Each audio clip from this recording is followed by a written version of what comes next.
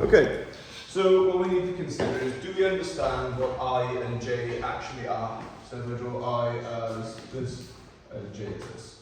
So do we understand what I and J in a vector actually mean? Yeah, it just means any form of distance. It could be like just like meter, mile, whatever. Just Yeah, one unit of movement, effectively. So I is 1 unit of movement right, and J is 1 unit of movement up, and K is 1 unit of movement in or out.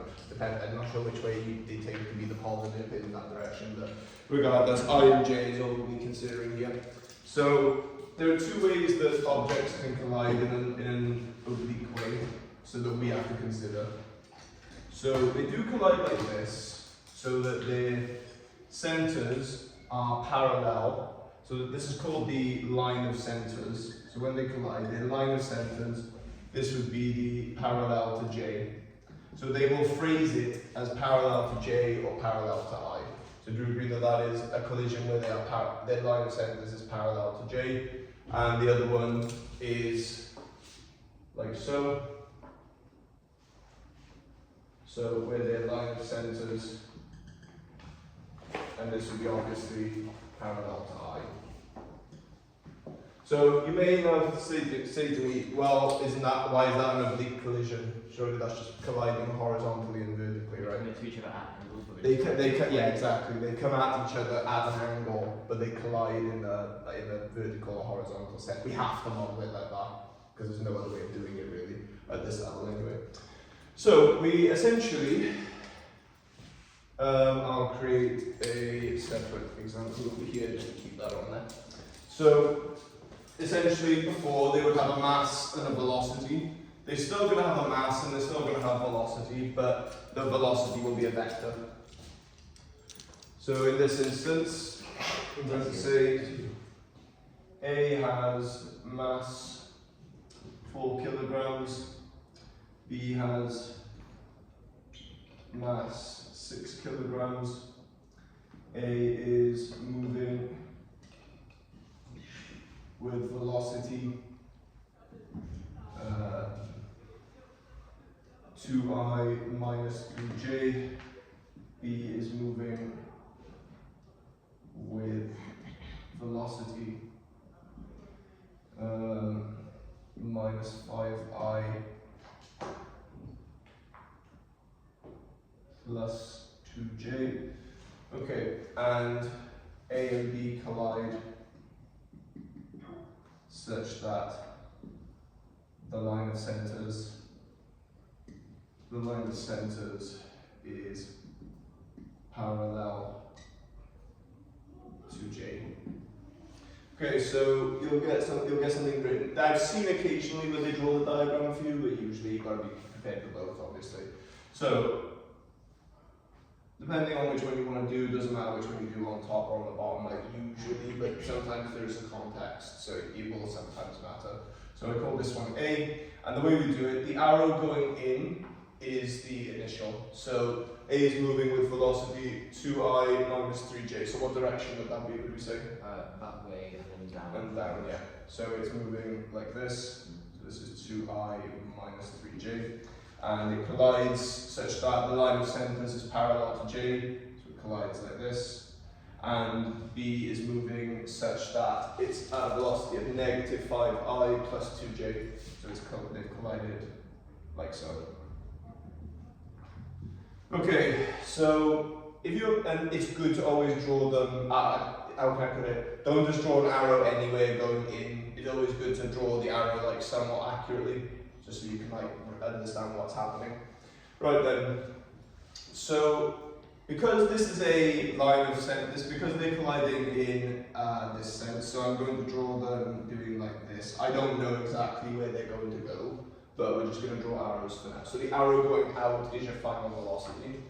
And A has 4 kilograms of mass, and this has 6 kilograms of mass. Okay, so the trick here is, what is the trick here? Because obviously they collide vertically, right? So did you read the collision one? Do you, with the I and J, do you square them and then square root them just to get where magnitudes? the magnitude? Yeah, you could also get a direction as well. Yeah, so you could, that is not what we're doing in this one, that is going to be a thing in a later lesson, but this is not what we're doing now. We're actually going to keep this strictly as conservation of momentum. Okay, so, because they're colliding in a vertical sense, what can you say about this horizontal velocity at the end? Do the opposite. It won't actually change, so it's going 2 to the right, and it stays 2 to the right. Same for this one, it's going 5 to the left, so it'll stay 5 to the left. The thing that's changing is this vertical bit, because it's colliding vertically. So we have that this is plus, let's say, what should we have? So we just call it V of A, J, and we have this being plus V of B, plus V of B, I'm being stupid here, V of B, J, yeah. So essentially, you create it like that, and then we do things like the conservation of momentum, but you do them either in the horizontal sense or the vertical sense. So I'm now going to tell you that the coefficient of restitution, so do we remember the formula for this from the other day? Yeah. Is 0.4. So why do we not consider, so when we do this, we're obviously considering the vertical ones, right? Why do we not consider the horizontal ones here when we do coefficient of restitution? Because you agree it's just 0 over 0, so we take away, so it'll be the same, it'll be 1, right? Sorry, it's 1. So because you see that these two are the same, and these two are the same. So the coefficient of restitution horizontally is 1. No, nothing's lost horizontally, because you agree it's not colliding horizontally at all. So we always do it vertically. Right, so should we do conservation of momentum first then? So it's exactly what we normally do, just 2D. You just consider them separately. So in the horizontal sense, sorry, in the vertical sense, using conservation of momentum. I probably don't even need to say vertical really, because it's obvious they're colliding vertically. So using conservation of momentum, it is -3 times 4, so it starts at -3 velocity times by 4, and it leaves at and then this is what I mean by it's awkward, right? So you have this and this are the ones before. It's very easy to get them mixed up. So 2 times, this is what I mean, -3 times 4, and then we have -5 times 6. And this is equal. No, 2 times 6. Yes, it is 2 times 6, thank you, I'm being stupid. Thank you, thank you, I'm glad we're getting it. And then equals to 4 times by VA plus 6 times by VB. So we get that -12, so 0 equals 4A plus 6 VB, so that's convenient. Okay, so we get that 0 equals 2 VA plus 3 VB. Okay, and what we're going to do now is use our coefficient of restitution to get the next one.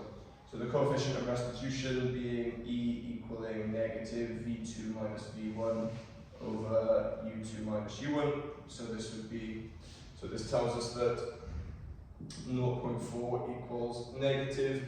And then V1 take away V2, so these two arrows go out, so it's VB take away VA. And then that's divided by the velocities in, so it was, arrow going in, arrow going in, so it was 2 take away -3. Okay, so we get that 0.4 equals VA minus VB over 5, so times in this by 5, we get that 2 equals VA minus VB. So our two equations are, if I go over here, so we have that 2VA plus 3VB equals 0, and we also have that VA minus VB equals 2. So you could just chuck this in your calculator at this point, but again, it's not a hard one, so I'll do it. So 2VA minus 2VB equals 4, and then we subtract one from the other, so we do 3 take away minus 2, so 5VB equals -4, so VB equals -0.8 meters per second, and then V of A would be this plus 2, so it would be negative, so 0.8, and then we take it over, so 1.2 meters per second. So V of A, this shoots off this way at 1.2 meters per second, and this actually, in actual fact, goes this way because it's going down. We've shown it's going down, right? So it's actually going at this. And if you look at it, do our answers make sense based on the direction they're going in? Yeah, our answers make sense. So that's the idea. So if I were to do the same thing, but this time the line of centers aligns with I, due to it's a horizontal collision, we do all the horizontal stuff instead of the vertical stuff. Right, so let's do exactly that then. So I would like you to, there you go. I would like you to write the same thing again. So A has a mass of 8 kilograms. B has a mass of 5 kilograms. A has velocity. What should we have? Negative 4I minus 5J. B has velocity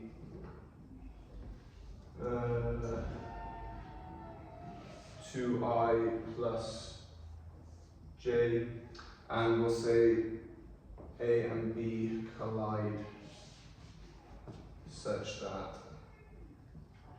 the line of centers is parallel to I.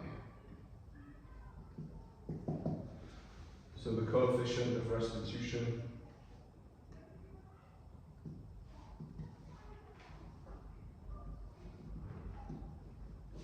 is 0.3. Okay, so can you tell me what is the so what are the final velocities effectively?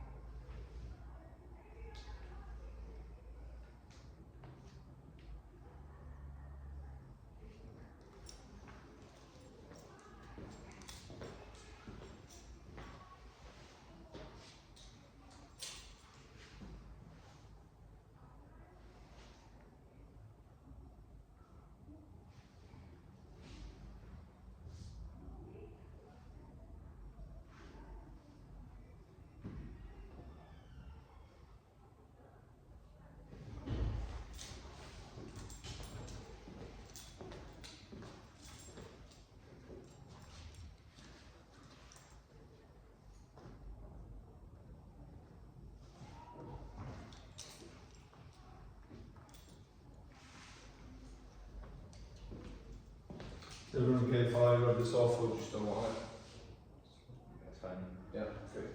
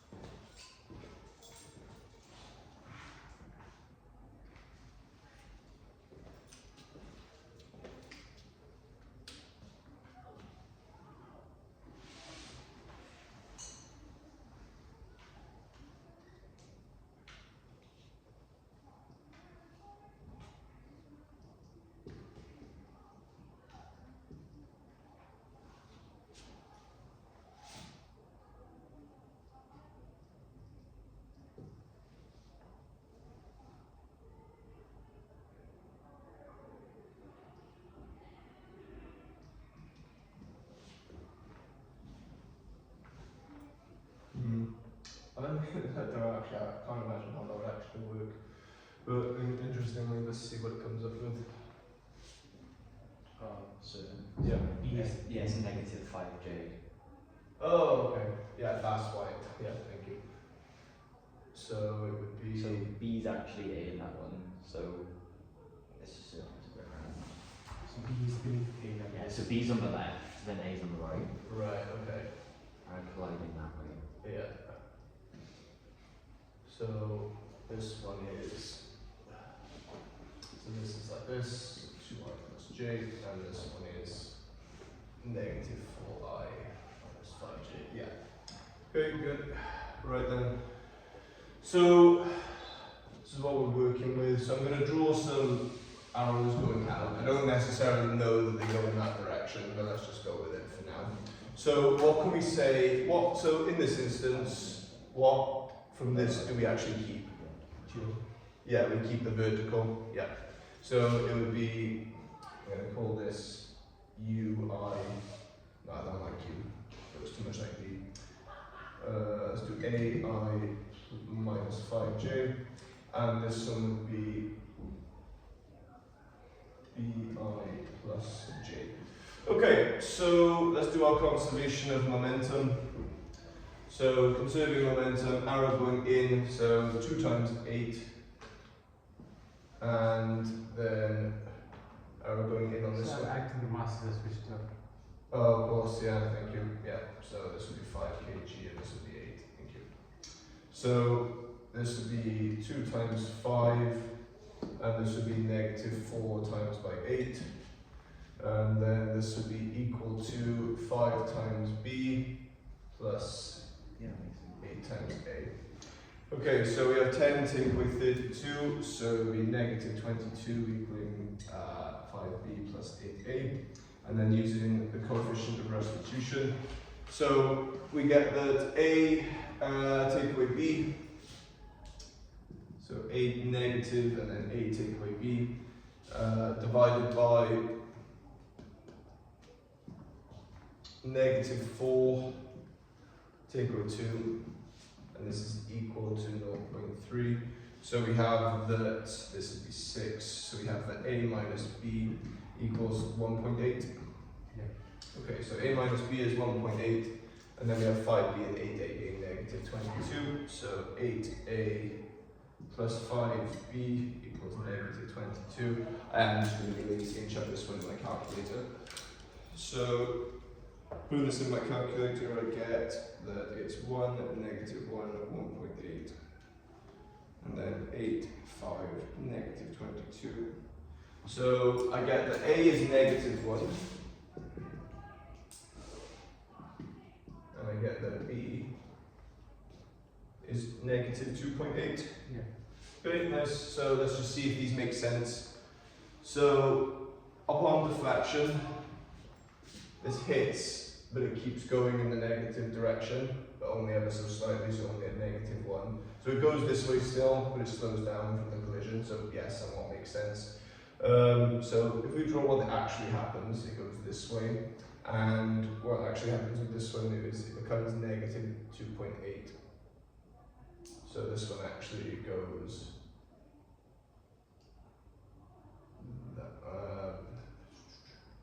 so this one actually goes, yeah, this way, yeah. Okay, yeah, I can see that happening. Okay, so those are your velocities. So we'll look at now. I'm going to give you a different example.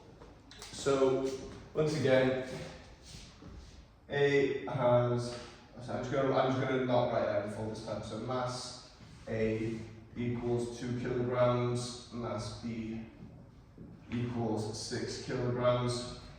Velocity, initial velocity of A. Initial velocity of A is 3i plus 2j. Initial velocity of B is, so let's have 5i minus 3j. Yeah. Okay, so I will tell you that the final velocity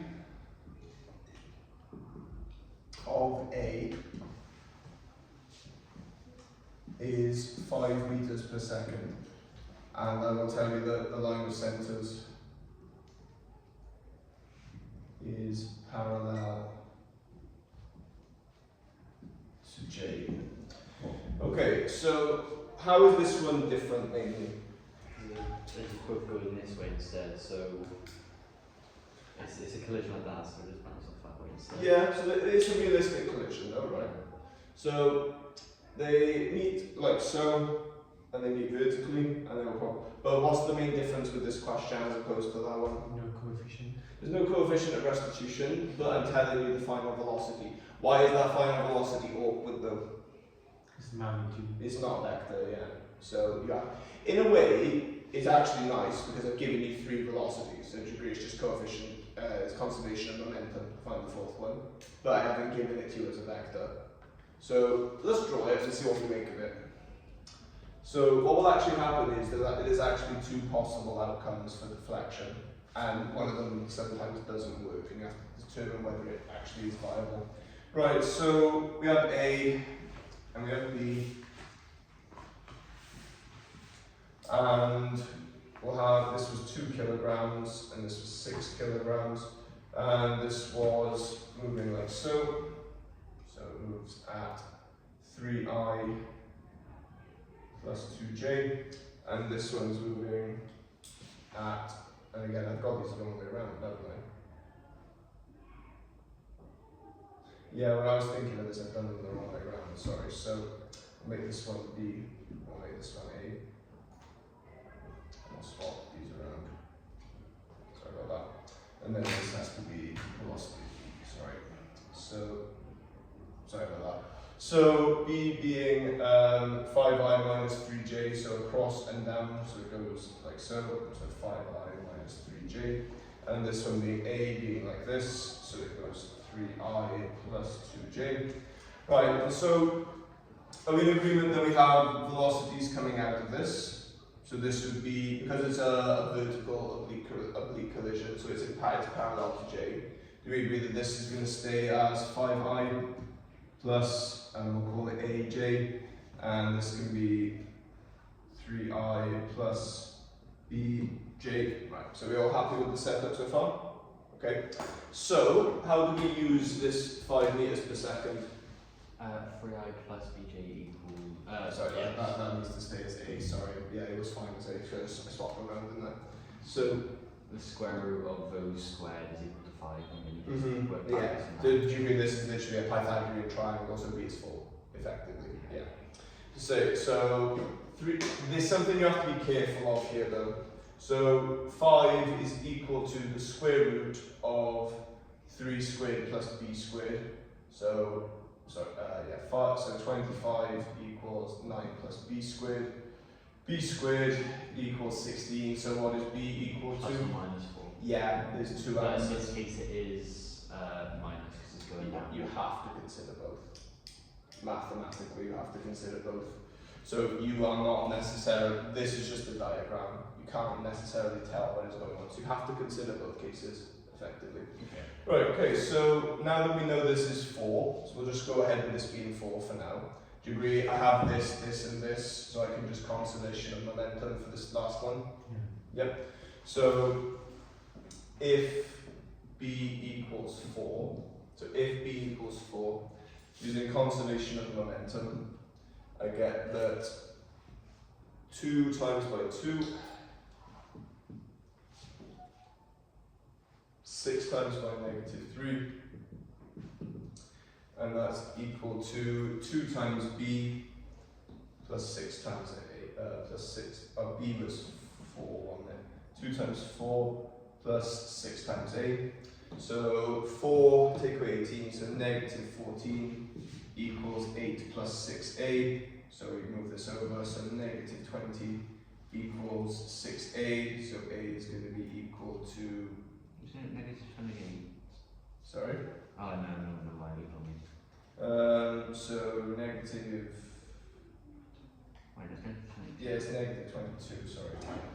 So 22 over 6, so it's negative 11 over 3. So so that would be negative 3 point, oh no, sorry, negative 3 point, I'm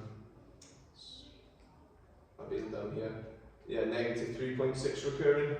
Yeah. Yeah, so negative 3.6 recurring. So A and B, one combination is that it's negative 3.6 recurring and 4. And then if B equals negative 4, we have to do both cases, like I said. So we have 2 times 2 plus 6 times negative 3 plus 2 times negative 4 plus 6a. So we get that 4 and negative 18, so negative 14 equals negative 8 plus 6a. So we get that negative 6 equals 6a, so a equals 1. So the other solution set we get is that, It's negative 1. yeah, negative 1. So we get that a and b is, so negative 1, negative 4. That's the other way. Right, so potentially one of these doesn't work, potentially. So from our diagram, which one logically is probably the one that works? So with A being, so with A, this one, sorry? Negative 1 probably would. Thing is, they're both somewhat realistic.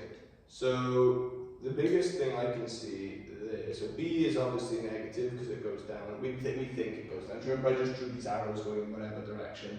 So you don't know for certain. But it does make sense though, because if you have a heavy object hitting lighter object, oh, absolutely, or yeah. heavy object is more speed, it This should one's going to shoot down. continue going down while the other one also goes down. So negative 4, negative 1 makes sense. Yeah, I would agree. That one does make sense, but we have to check. So how are we going to check that which outcome works, or if they both work? How are we going to check? There is going to be angle work with this, but this is not it. So the way we're going to do it is by finding the coefficient of restitution. So the coefficient of restitution, what must it be? Between 0 and 1. So if it doesn't work, your coefficient of restitution should be out of that range, effectively. So let's do exactly that. So for one of these, the coefficient of restitution should work, and for one of them it shouldn't. And then the big part is you then reject the solution that doesn't work. That is a big component of that.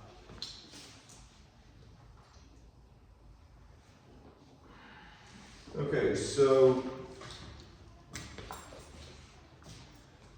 coefficient of restitution in the case that A and B equals negative 1, negative 4, so I want to do the easy one first.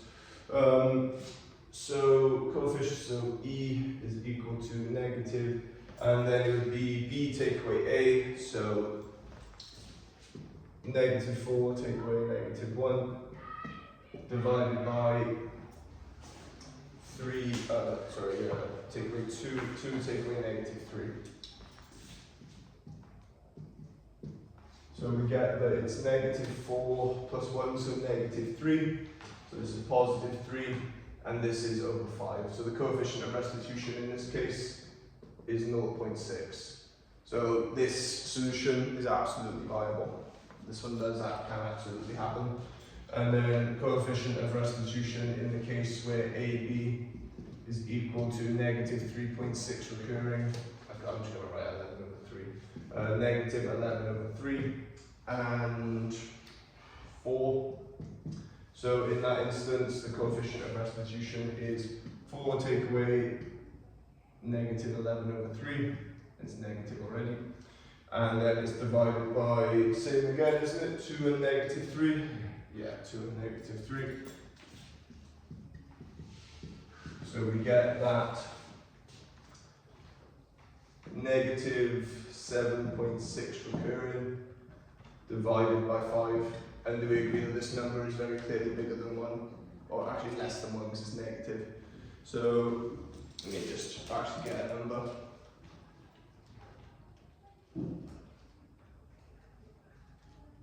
So yeah, it was in this instance.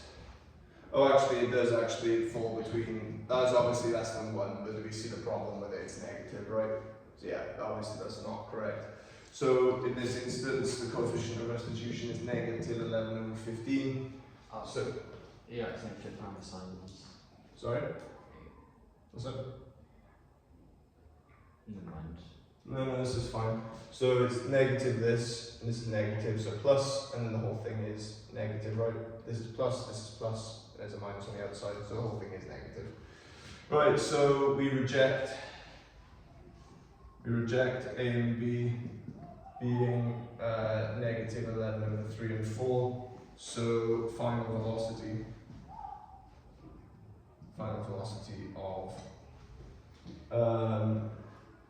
A is 3I minus 4J, and final velocity of B is 5I minus J. Okay, right, your turn, I guess. So what I'll do is I will give you an exam question on this, because it's probably easier than writing another one that works. So I go on. I'm confident that this has come up.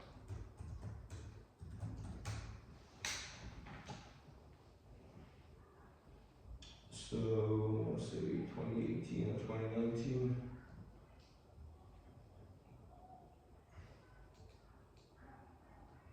No, but that's the snooker table question I was on about.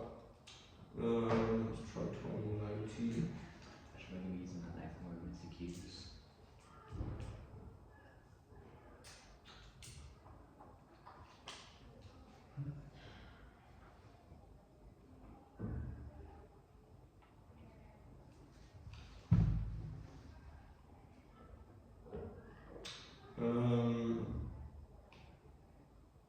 It's not what I'm looking for. We can do that in a little bit. 2023 then? This can't be, it's the new spec, this one is. Okay, maybe it's the last one, it's not. Right, so I'd like you to not do part A. I'd like you to just do part B for now. But essentially, you are going to need the information from part A. So they move, so P has a velocity of 8I minus 6J, Q has a velocity of 4I plus 10J.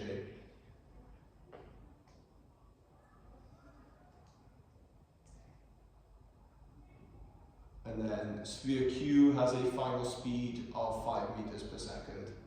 So the line of centers is parallel to J, and it says determine the coefficient of restitution between the spheres, hence calculate the velocity of P immediately after the collision.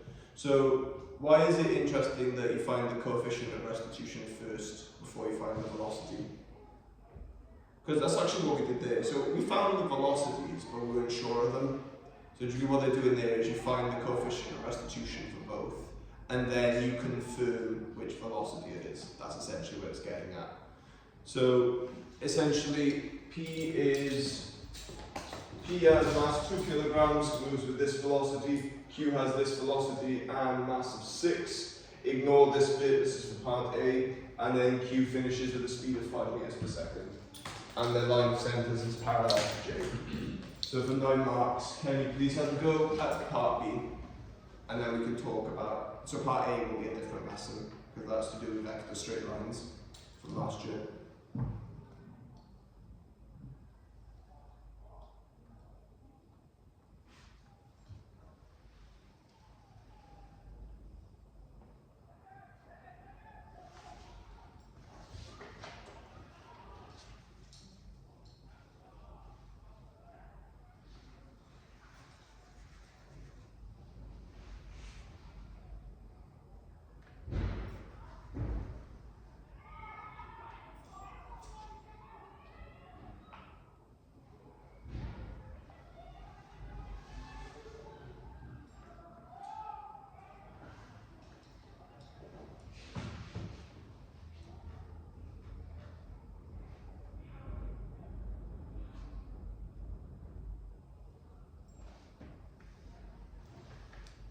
So for people at home, the question we are doing is this one here.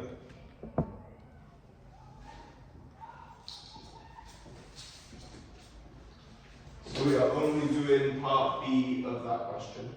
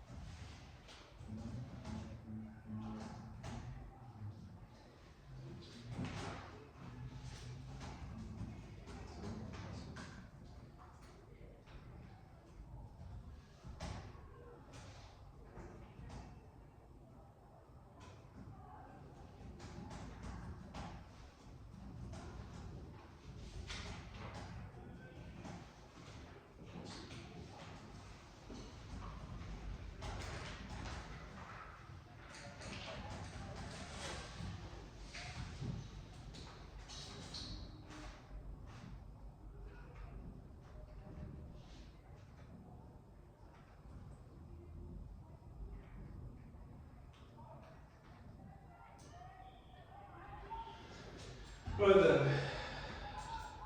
I'm gonna get started, but obviously feel free to keep going. Alright, so part B, so part A actually is actually showing that they do collide. We won't actually do that yet, because I want to save the vector stuff, the vector straight line stuff for another lesson. So we are just going to attack part B. So this should be pretty much exactly how I span this last one to you, really. So you should have two velocities for A and B, and you should have two coefficients of restitution, and one of them doesn't work. Yeah. Is your coefficient of restitution that doesn't work 2.25? Yeah. Yeah, then you're correct. Okay. So let's attack this then. So we are given that two smooth spheres of equal radii move on a smooth horizontal surface. The mass of P is 2 kilograms. Okay, blah blah blah. We don't need that bit. So what we do, but you know what I mean. So we put pi, and they collide. They collide such that their line of centers is parallel to J. And just out of interest, is anyone wondering why it says they're on a smooth horizontal surface and they collide vertically? Is anyone wondering about that? I just didn't think they were meant to. Sorry? I just didn't think they were meant to. No friction. When it says smooth horizontal surface, it means like a plane. So like a plane, means they're moving in 2D, which is awkwardly phrased, to be honest with you. Right, so velocity of P is 8I minus 6J, so to the right and down. So 8I minus 6J. And then Q is 4I plus 10J. Okay, so we have, I've done that. Oh, done that stupid. So 4I plus 10J. Right then, so we have velocities that leave. So I'm looking at this and thinking it's probably going to go that way, and this one's small, so probably going to go that way. Actually, this one could continue onwards, but we'll see. So this is a vertical collision, so this is 8I plus AJ, and this is 4I plus BJ. And so we're told that the velocity of Q is 5. Yeah, Q is 5. Okay, so 5 squared equals 4 squared plus b squared, so b squared equals 9, and we agree that b equals plus or minus 3. All good? Yep, so with b equaling plus or minus 3, I do if b equals 3, conservation of momentum says that, right, so this is a vertical collision, so it would be negative 6 times by 2 plus 10 times by 6, and this equals 2a plus 6b, but b is 3. Okay, so we have negative 60 take away 12, so 48. So 48 equals 2a plus 18, so that would be a equaling 15. Yeah. Okay, so AB 15 to 3 is one solution, and if B equals negative 3, so conservation of momentum says that it's negative 6 times 2 plus 10 times 6 equaling 2a, and then this time it's plus 6 times minus 3. So we have, once again, that 48 equals 2a, but this time it's negative 18. And then adding it on, so a equals 64, so 32. 66 will be those 33. Yeah. Oh yeah, 66, you're right, thank you. Yeah, so this is 66, so 33, yeah. So a is 33, and so we have then that a and b in this circumstance is so 33 and negative 3. Right, so I'm looking at these, and I'll be honest with you, they both make sense. So which one do we think looks the most unrealistic? 33. I would say that 33 is the thing that puts me off the most. Would you agree that's quite fast? Yeah. But also it makes sense, because, like Tristan said before, big sphere, going much faster, probably, yeah, going faster. It's a small sphere dead on, so this one is going to shoot up. So it's plausible, it is. Right, so our coefficient of restitution in both cases. So taking the coefficient of restitution in this case, so this is going to be negative, and then 3 take away 15 divided by, so it would be 4 take away 8. So this would be 12. So I think it should be 6 and 10.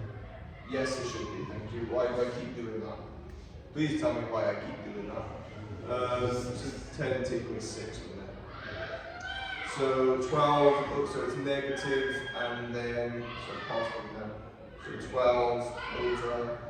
Should be 10 plus 6 because 10 minus 6 is 10 plus 6. Oh, what am I doing? Yeah, you're right. Sorry, yes, thank you. So it is negative, so it's 3 over 4? Yeah. Okay, so this one's 3 over 4, so this one's fine. And then, it's plausible that both of them could work. I don't think I've ever seen a case where both of them do work. I think usually one of them is supposed to fail.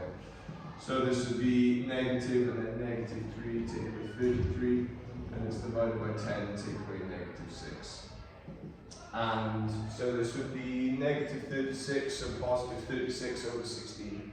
So 36 over 16, which is very clearly out of range, so this one is a no.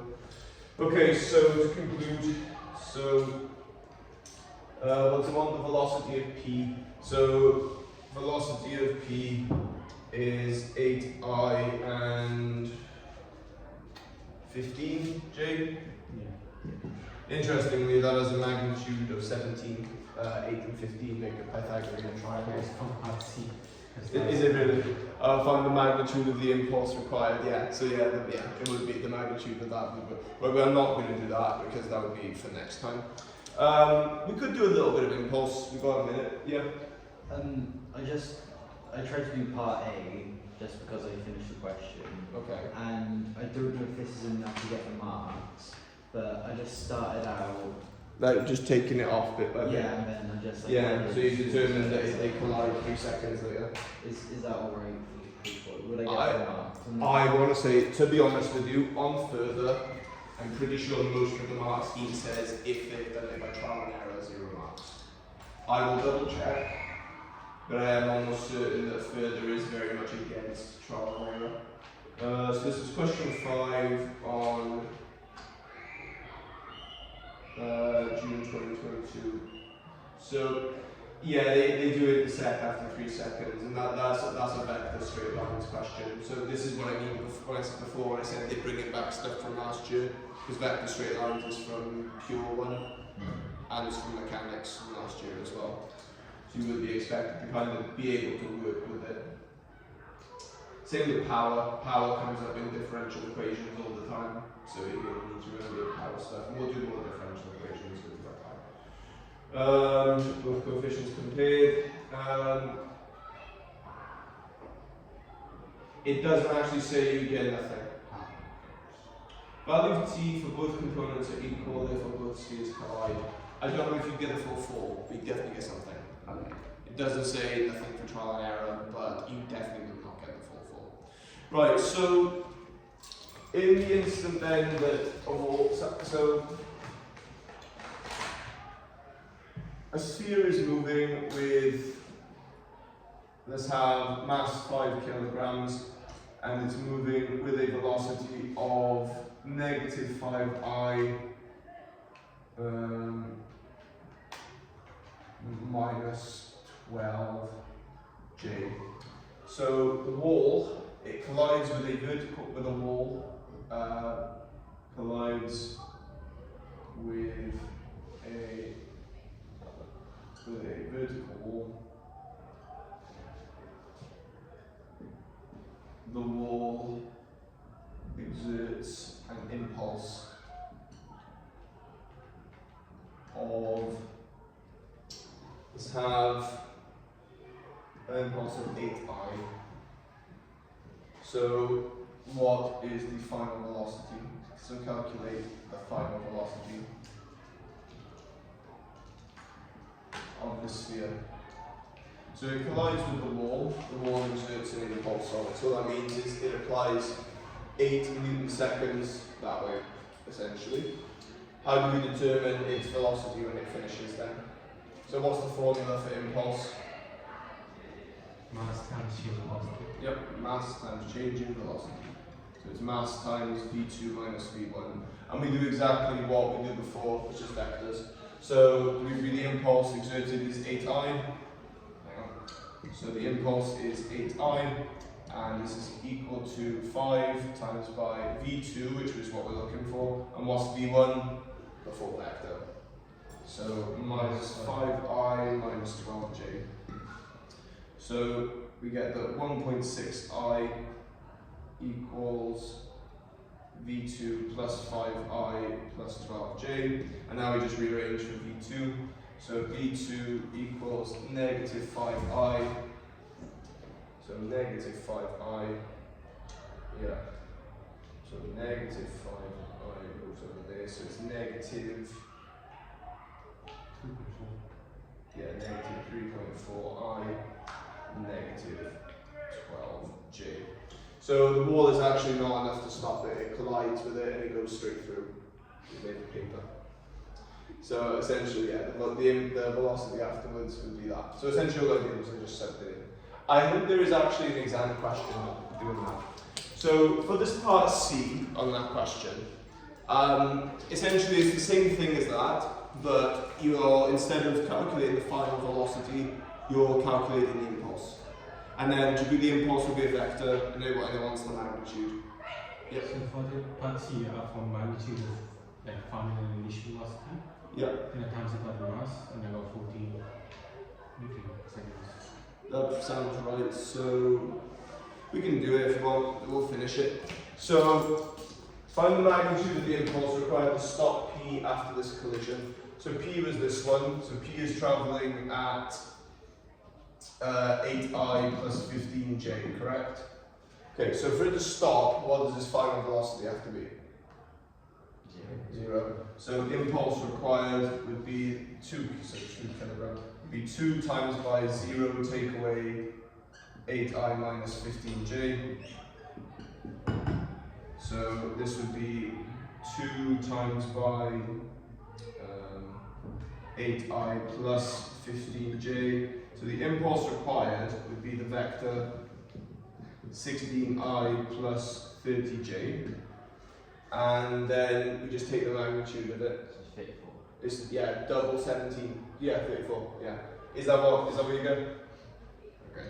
So the magnitude. So you find the impulse, and then you take the and then so it just wants the magnitude of the impulse. So you just find the magnitude. So yeah, I believe this would be 34.